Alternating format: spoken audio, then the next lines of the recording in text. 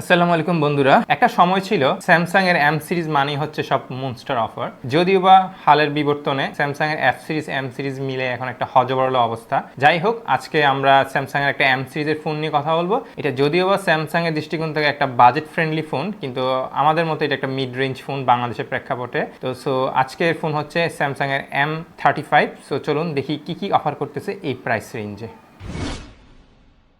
তো বক্সে পাচ্ছেন আপনারা স্যামসাং এর M35 ফোনটি, আর সাথে পাচ্ছেন একটা সিম ইজেক্টর পিন এবং কিছু ডকুমেন্টেশন, এবং সাথে থাকছে একটি USB type C to C একটি চার্জিং কেবল। আর বক্সে পাচ্ছেন না কোনো প্রকারের এই চার্জার, যেহেতু স্যামসাং এর বক্সগুলো এখন খুব স্লিম করে ফেলা হয়েছে, সো আপনাদেরকে চার্জার দেওয়া হচ্ছে না। স্যামসাং এর এই মুহূর্তে টপ টু বটম যত ফোন আছে সব ফোনগুলি আসলে একই ডিজাইনের, জাস্ট পার্থক্যটা হচ্ছে বিল ম্যাটেরিয়ালে। ইভেন আপনি যদি স্যামসাং এর S24 লাইন আপের সিরিজের যে ফোনগুলো আছে সেটা দেখেন এবং এম সিরিজের ফোনগুলো দেখবেন একজ্যাক্ট সেম। তো জাস্ট পার্থক্যটা হচ্ছে বিল ম্যাটেরিয়ালে, এটা প্লাস্টিক ম্যাটেরিয়াল দিয়ে করা হয়, আর ওখানে একটু প্রিমিয়াম লুকের জন্য ওখানে আপনার গ্লাস এবং সাইড ফ্রেমটা অ্যালুমিনিয়ামের ইউজ করা হয়। তবে ফোনটি সম্পূর্ণই প্লাস্টিক ম্যাটেরিয়াল দিয়ে বিল, এটার সাইড ফ্রেমটাও প্লাস্টিক এবং এটার যে ব্যাক পার্টটা সেটাও প্লাস্টিক। তবে ব্যাক পার্টটা কিছুটা ম্যাট ফিনিশ টাইপের, সো কিছুটা মানে চিপ ভাবটা একটু কম দেখায়।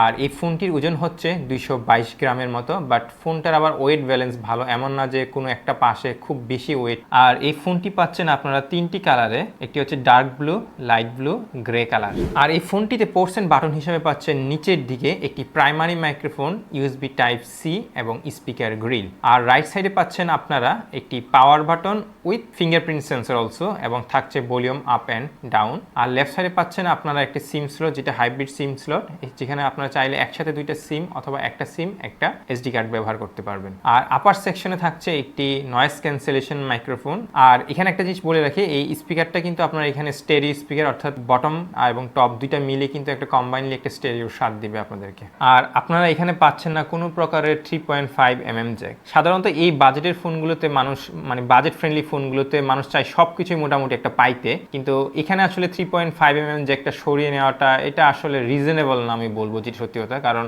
এই রেঞ্জের মানুষরা আসলে মানে খুব কষ্ট করে টাকা জমায় একটা ফোন কিনে, তো এই রেঞ্জে আবার সে একটা এয়ারপড কেনার জন্য বা একটা ওয়্যারলেস ডিভাইস কেনার জন্য ওই টাকাটা খরচ করতে চায় না। তো সো এখানে আসলে স্যামসাং চাইলে একটা দিতে পারতো, কারণ ফোনটা বেশ মোটা। আর ডিসপ্লে সেকশনে পাচ্ছেন আপনারা স্যামসাং এর সুপার অ্যামোলেড 6.6 ইঞ্চের একটি 120 হার্জ রিফ্রেশ রেটের একটি ফুল এইচডি অ্যামোলেড প্যানেল, এবং যেটা আপনার ম্যাক্সিমাম সাপোর্ট করবে 1000 নিটস পর্যন্ত অর্থাৎ ব্রাইটনেস। আর এটা স্ক্রিন টু বডি রেশিও হচ্ছে 83.8%। আর আপনারা সামনে পাচ্ছেন একটি প্রোটেকশন হিসেবে Corning gorilla glass Victus plus. ফোনটার ভেজেল বেশ ভালোই, এই রেঞ্জে আপনারা আরো কম ভেজেলেরও ফোন পাবেন, কিন্তু এখানে বেশ ভালোই ভেজেল বলা যায়। কিন্তু একটা পজিটিভ সাইড হচ্ছে এখানে সিমেট্রিক্যালি চারিপাশে একই ধরনের ভেজেল, মানে এমন না যে টপ সাইডে খুব বেশি বা লোয়ার সাইডটা মানে চিন সাইডটা খুবই বেশি বা আপার সেকশনটা চিকন। এখানে মোটামুটি সিমেট্রিক্যালি পুরো ফোনটাই একই ধরনেরই ভেজেল। তবে স্যামসাং এর M34 যেটা ছিল মানে প্রিভিয়াস, সেটাতে কিন্তু আপনার ছিল নচ সিস্টেম। তো এখানে একটা আপগ্রেডেশন আসছে, সেটা হলো এখানে ওরা অন্তত পুরাতন যেই নচ বাদ দিয়ে ওরা একটা পাঞ্চ হলে শিফট করছে। আর ফোনটিকে পাওয়ার আপ করতেছে স্যামসাং এর ইনভিল প্রসেসর, অর্থাৎ Exynos 1380, যেটা হচ্ছে একটা 5nm বেসড প্রসেসর, এবং যেটা অবশ্যই একটা অক্টাকোর প্রসেসর অবশ্যই। এবং এখানে আপনারা পাচ্ছেন 4টি 2.4 গিগাহার্জের কর্টেক্স A78 এবং 4টি 2 গিগাহার্জের কর্টেক্স A55।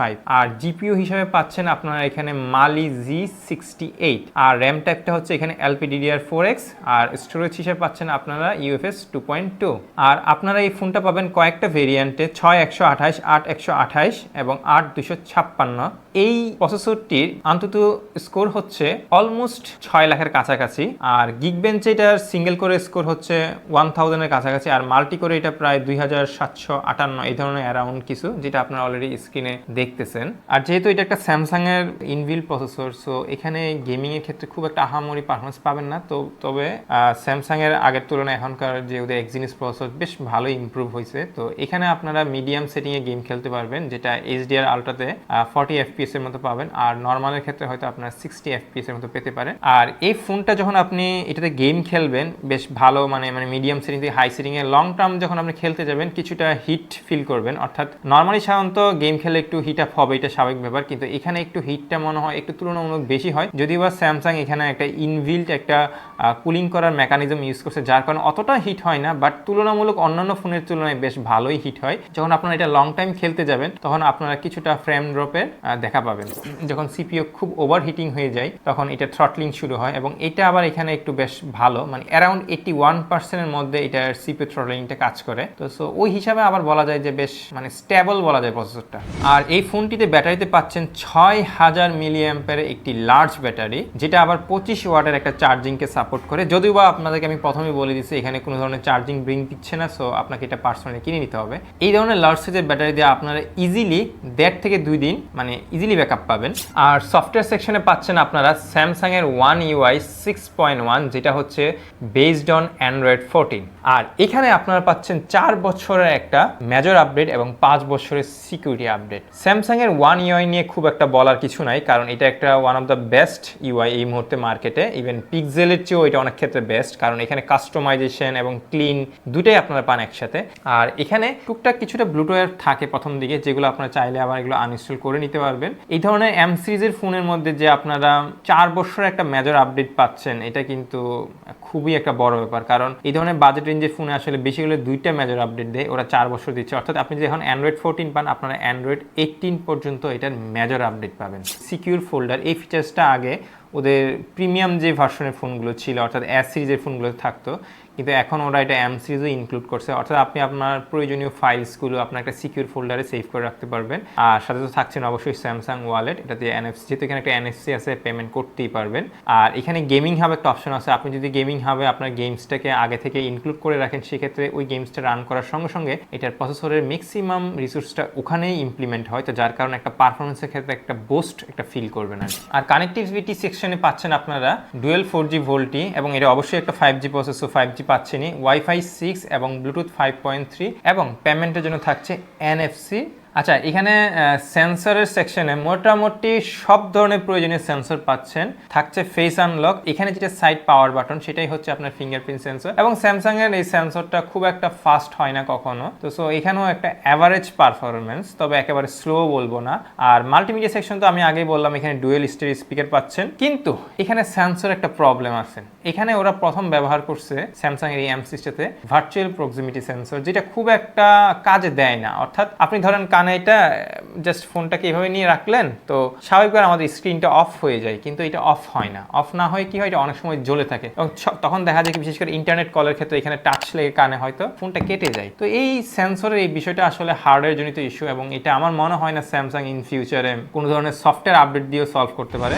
আর স্যামসাং এর ফোন বরাবরই ক্যামেরার জন্য বিখ্যাত, এবং ক্যামেরার অ্যালগোরিদম ওদের যথেষ্ট পরিমাণ ভালো হয়ে গেছে। আর ওদের আজকের এই ফোনটাতে মানে M35 এ আপনার মেইন ক্যামেরা হিসেবে পাচ্ছেন 50 মেগাপিক্সেলের একটি ক্যামেরা, যার অ্যাপারচার হচ্ছে 1.8, এবং এটা একটা ওআইএস ক্যামেরা, এবং তাছাড়াও পাচ্ছেন আপনারা এখানে একটা 8 মেগাপিক্সেলের আলট্রা ওয়াইড সেন্সর, যার অ্যাপারচার হচ্ছে 2.2, আর পাশাপাশি পাচ্ছেন একটি ম্যাক্রো ক্যামেরাও, যেটাও 2 মেগাপিক্সেল, এবং এটারও অ্যাপারচার হচ্ছে সেম 2.2। স্যামসাং এর এই ফোনটাতে এই যে প্রসেসরটা যেটা দেওয়া হয়েছে, এটার একটা বিগেস্ট পজিটিভ সাইড হচ্ছে মানে এই রেঞ্জে এই ধরনের ফোনের আপনি 4K সাপোর্ট পাচ্ছেন। অর্থাৎ এখানে আপনারা 4K 30 FPS এবং 1080p অর্থাৎ ফুল এইচডিতে আপনারা 30/60 দুইটা এফপিএস পাচ্ছেন। আর এখানে আপনাদের থাকছে জাইরো ইএস, আর 720p ক্ষেত্রে আমি আর বলতেছি না, যদিও বা ওরা এখানে স্পেশাল একটা সাপোর্ট দিচ্ছে, সেটা হচ্ছে 480 FPS। তো যখন ভিডিওগ্রাফি করবেন এই জাইরো ইএস এবং ওয়াইস দুইটা এমনভাবে কম্বাইনলি কাজ করে যে মানে আপনার ইমেজের ক্ষেত্রে খুবই স্মুথ একটা পারফরমেন্স দেয়।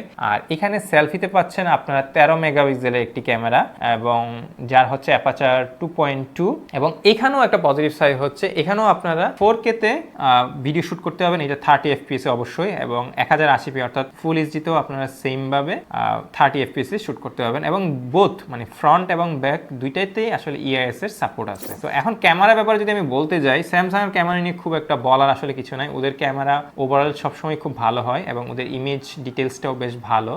ইভেন যখন লাইটিং কন্ডিশন থাকে মানে গুড লাইটিং কন্ডিশন, এবং গুড লাইটিং কন্ডিশন বলবো না, একটু কিছুটা নেমে আসলো, মানে কম থাকলেও সেক্ষেত্রে আপনার ডিটেলসটা খুব ভালো পাঞ্চি কালার দেয়, এবং যেটা অবশ্যই সোশ্যাল মিডিয়া রেডি। যারা একটা ফোন খুঁজতেছেন যে জাস্ট ছবি তুলবেন সোশ্যাল মিডিয়া শেয়ার করবেন, তাদের জন্য এই ধরনের স্যামসাং এর এই ফোনগুলো বেশ ভালো। আর স্যামসাং এর বরাবর যেগুলো ফ্ল্যাগশিপ ফোন সেগুলোতে আসলে অ্যাস্ট্রো ফটোগ্রাফির একটা অপশন থাকে, তো এবার আবার দেখা যাচ্ছে এই M35 এই ফিচার্সটা ওরা এখানে অ্যাড করছে, অর্থাৎ অ্যাস্ট্রো ফটোগ্রাফি। তো আর এখানে এমনিতে টুকটাক কিছু এআই ফাংশন আছে, যেটা হচ্ছে সার্কেল টু সার্চ, এই যে বেসিক যে ফাংশনগুলো আছে, এবং ইমেজ ইরেজার বা পুরাতন ছবি থেকে যে আমরা কিছু ছবি ইমপ্রুভ করি সেই ধরনের। এই হলো ওভারঅল M35। এখন প্রশ্ন হলো এই ফোনটি কাদের জন্য, এবং এখানে কি কি পজিটিভ সাইড আছে, কি কি নেগেটিভ সাইড আছে। আমি আগে এটা গুড সাইডটা বলিনি। গুড সাইড হচ্ছে স্যামসাং এর super AMOLED display, 120 hertz refresh rate, stereo speaker, একটা average processor according to price অবশ্যই বলবো, লার্জ ব্যাটারি, স্যামসাং এর অ্যাজ ওয়েল ক্যামেরা। এগুলো হচ্ছে এই ফোনটার পজিটিভ সাইড। আর এই ফোনটার নেগেটিভ সাইড হচ্ছে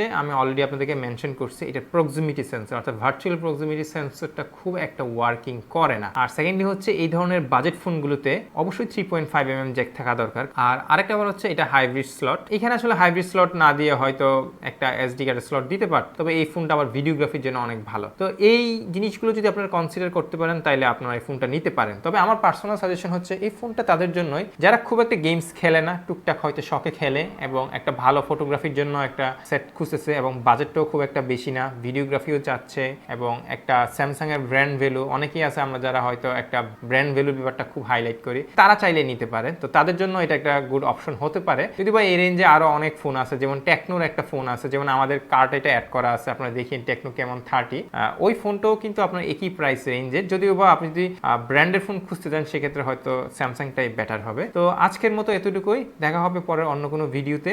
আর আমাদের এই ভিডিওটা ভালো লাগলে অবশ্যই লাইক করবেন, সাবস্ক্রাইব করবেন, এবং আমাদের চ্যানেলটা অবশ্যই শেয়ার করবেন। তো ভালো থাকবেন সবাই, দেখা হবে অন্য কোনো ভিডিওতে। সে পর্যন্ত বাই বাই, টাটা, আল্লাহ হাফেজ।